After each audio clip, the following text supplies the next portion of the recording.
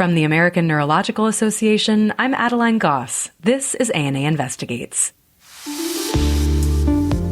Chronic pain is staggeringly common in America, with an incidence rate higher than diabetes, depression, or hypertension. It can be a debilitating condition, and it's difficult to treat. Only about 1 in 10 people currently suffering from chronic pain will be pain-free a year from now. And as we all know, many treatments for chronic pain, like opioids, carry their own complications. Many of the latest advances in chronic pain management come from advances in neuroscience. Joining me today is Prasad Shirvalkar. Prasad is a leader in this field, a pain neurologist, and associate professor of anesthesia and neurological surgery at UCSF. His group's research is laying a foundation for using deep brain stimulation to treat chronic pain, and along the way, they're redrawing the map of where pain lives in the brain. Prasad, welcome to ANA Investigates. Thank you for talking with us about this exciting field. Oh, thank you so much, and I'm really happy to be here. You know, right now, as of fall 2023, we have an array of treatments for chronic pain, but the condition is resistant to a lot of these therapies. What do you see as the major issues right now with our current landscape of treatment options for chronic pain?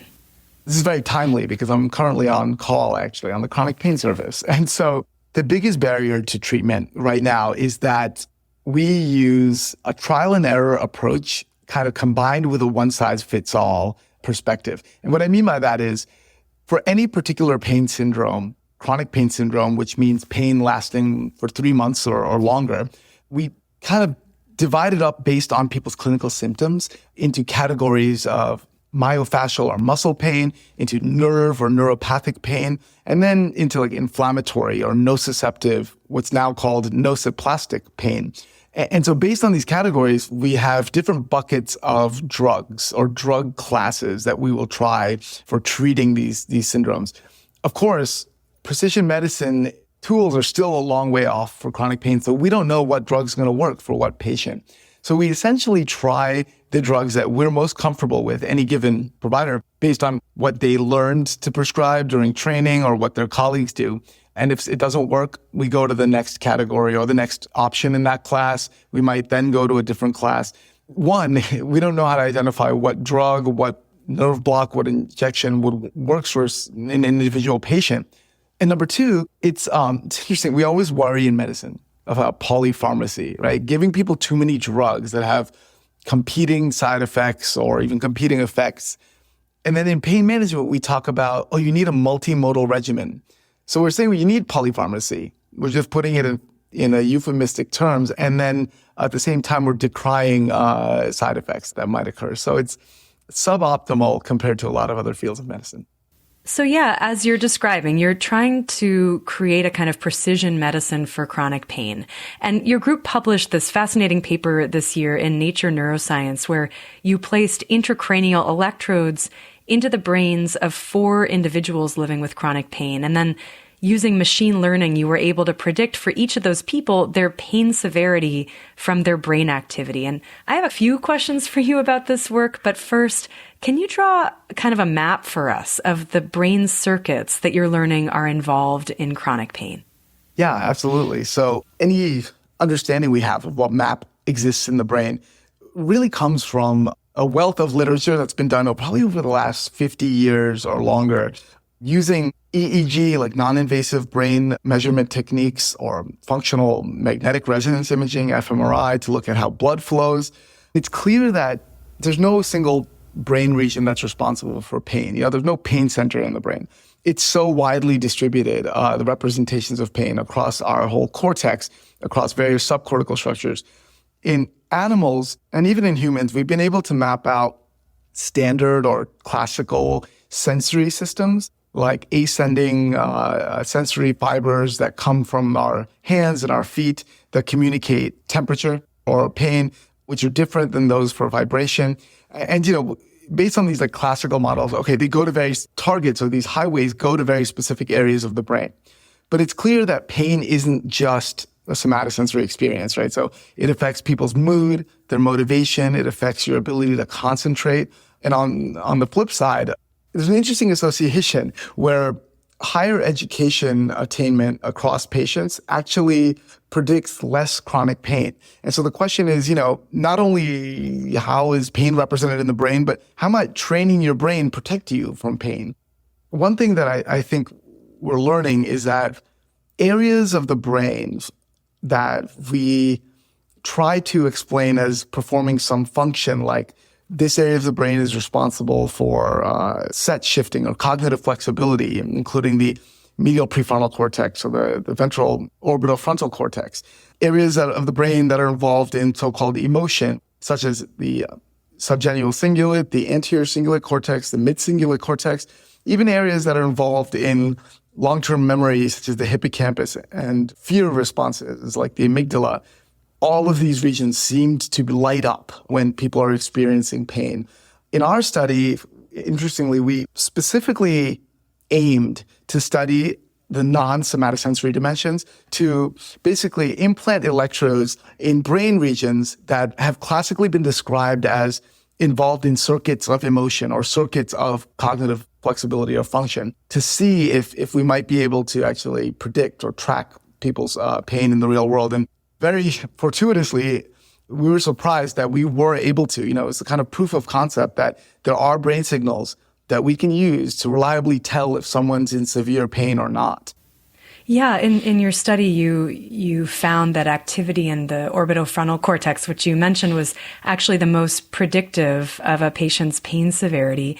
You touched a little bit on this, but I wonder if you can reflect on why you think that might be. So it's interesting. The orbitofrontal cortex, at least by name, has not been mentioned that often in pain literature. However, people do much more frequently, people refer to the ventromedial prefrontal cortex. And, we know that when we talk about brain regions performing some function, we're speaking in a reductionist fashion, right? Like no single brain region is responsible for any function alone. And so it's more accurate, I think, to describe that these are probably nodes working in a network. And so the orbitofrontal cortex, we know that when it's injured or lesioned in patients, they have a lot of difficulty with inhibiting responses or even flexibly shifting from one strategy in a context to another strategy. These circuits are important for making complex decisions or integrating many different feelings, thoughts, memories into our decisions. So the orbitofrontal cortex, I think, plays a huge role in self-awareness, in body image. And so if we think that there really are labeled lines or that there's different elements of pain, the somatosensory element, the affective element, or the cognitive element, if we think that these are processed in parallel but separate circuits in the brain, the orbitofrontal cortex, I think, probably plays a role in integrating these various dimensions. And so what we found was that we could actually predict in most patients whether they were going to be in a high pain state or a low pain state using signals from either the anterior cingulate or the orbitofrontal. It just so happened that the orbitofrontal was, like you said, the most consistent across patients. It's hard to know. In science, we always want to find something that gives us an answer at the group level. How do we generalize this to the most patients? But in medicine, we want to treat people as individuals. And so there's an intrinsic conflict there. And so in the study, we were trying to understand what biomarkers might best predict pain state or intensity for an individual. But then we tried to walk that fine line by then identifying what power features or what oscillations across patients might be the most useful for future biomarkers. Yeah, just like you're mentioning, I had a question about that individual nature of pain. It sounds like the hope from brain mapping research is to identify targets for deep brain stimulation. And as you're describing, the map for chronic pain varies significantly from individual to individual. I saw you had a recent paper with Julian Motzkin and colleagues suggesting that this variability could present a barrier to a one-size-fits-all approach to brain stimulation for chronic pain.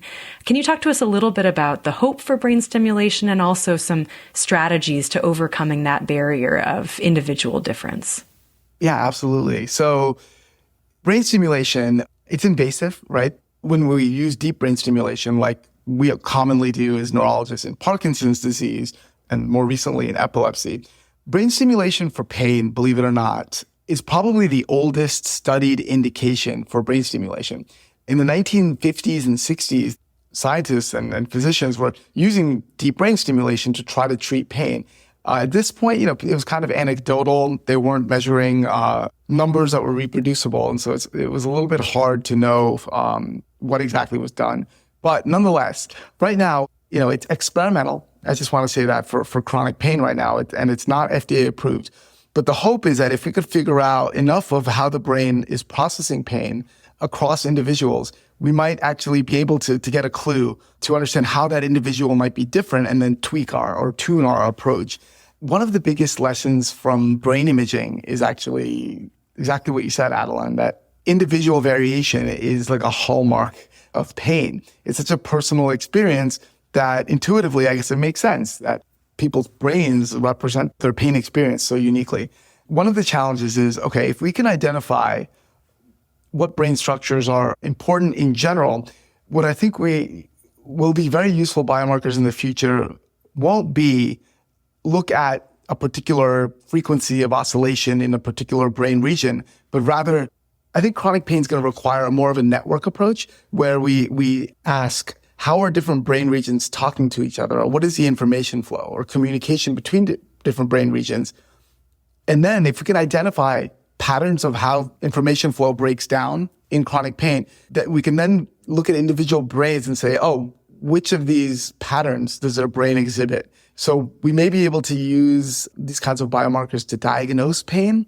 But as you mentioned, what we're trying to do is to use these individual biomarkers to actually, one, track the intensity of pain so that we could, using the biomarker as a feedback, provide stimulation only when necessary. What I like to think of as kind of a thermostat for pain, providing on-demand, time-limited electrical stimulation to short circuit whatever process, whatever tornado might be brewing that might be producing this pain, if we could prevent that from evolving, early on.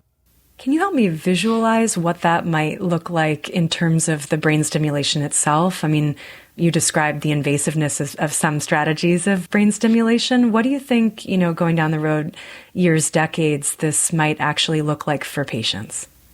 That's a great question. So right now we have to drill holes, or not me, but the neurosurgeons I work with have to drill holes and put wires in people's brains to stimulate the pass current.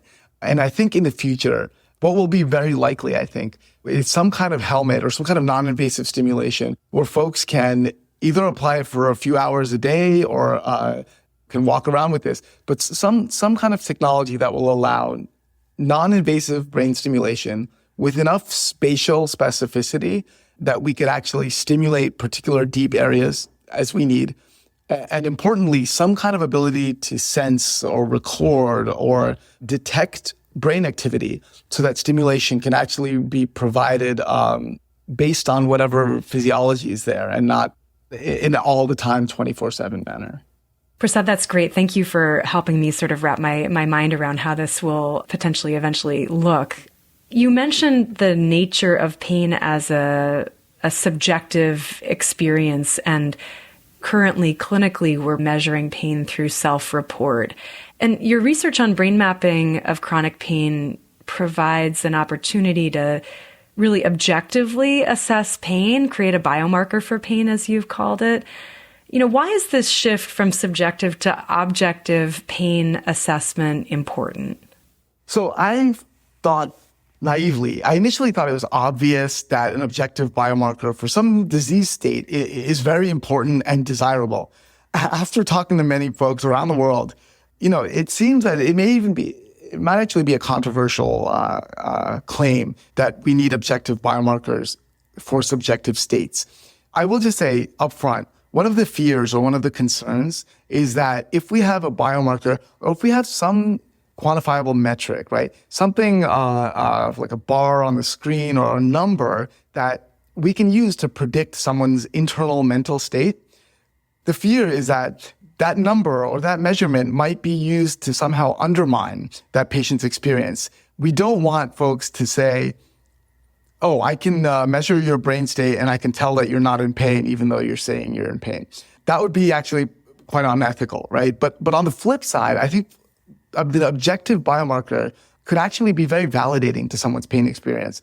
Right now, we have no way of, even when people have low back pain or even when people have nerve pain, we often don't find anything on imaging. So right now, we have no way of verifying why someone is in pain or even that they're in pain. So taking someone's word for it is the gold standard, and we should always believe our patients. But at the same time, if we had some objective biomarker, that is some marker or measurement that could be made without personal bias, it would actually help us to maybe understand the mechanism biologically of what's happening to cause that pain so that we could develop better therapies.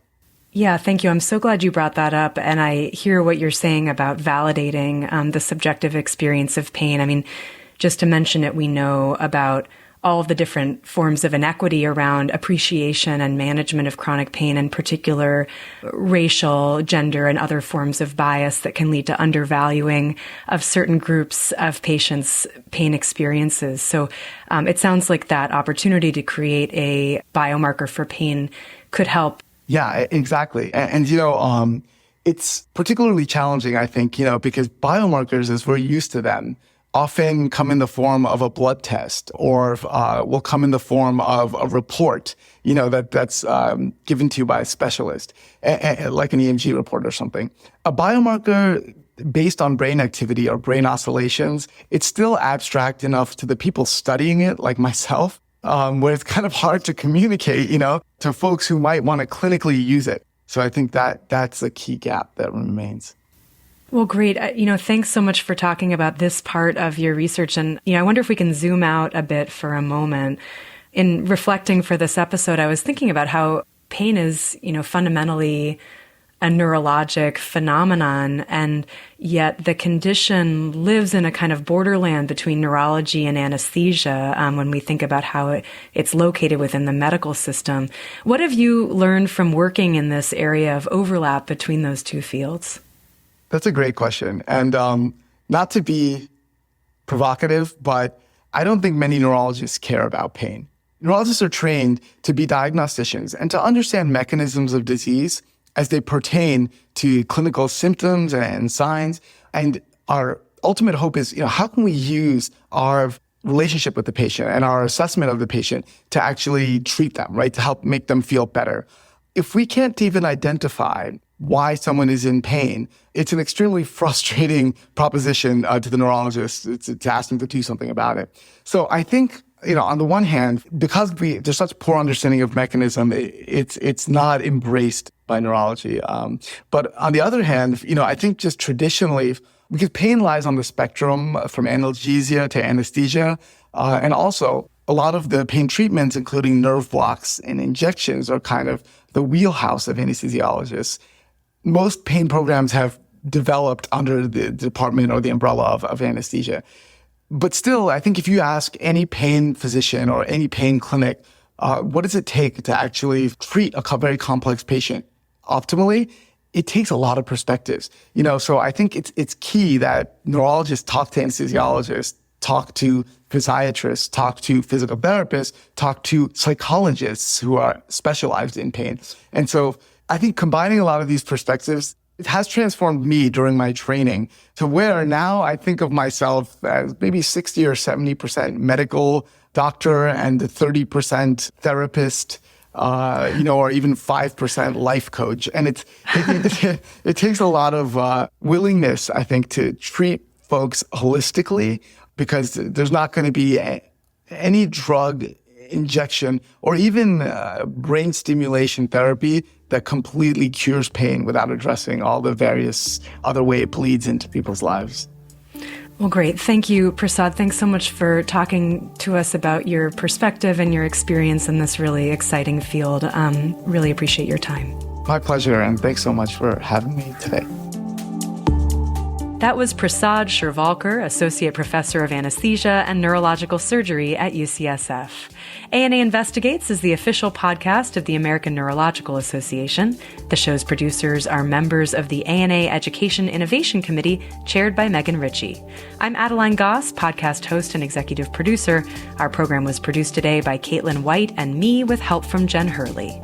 You can listen to past episodes of the show, subscribe to the show so you never miss an episode, and access all of the ANA's educational programs on the Education tab at myana.org. That's it for ANA Investigates. See you next month.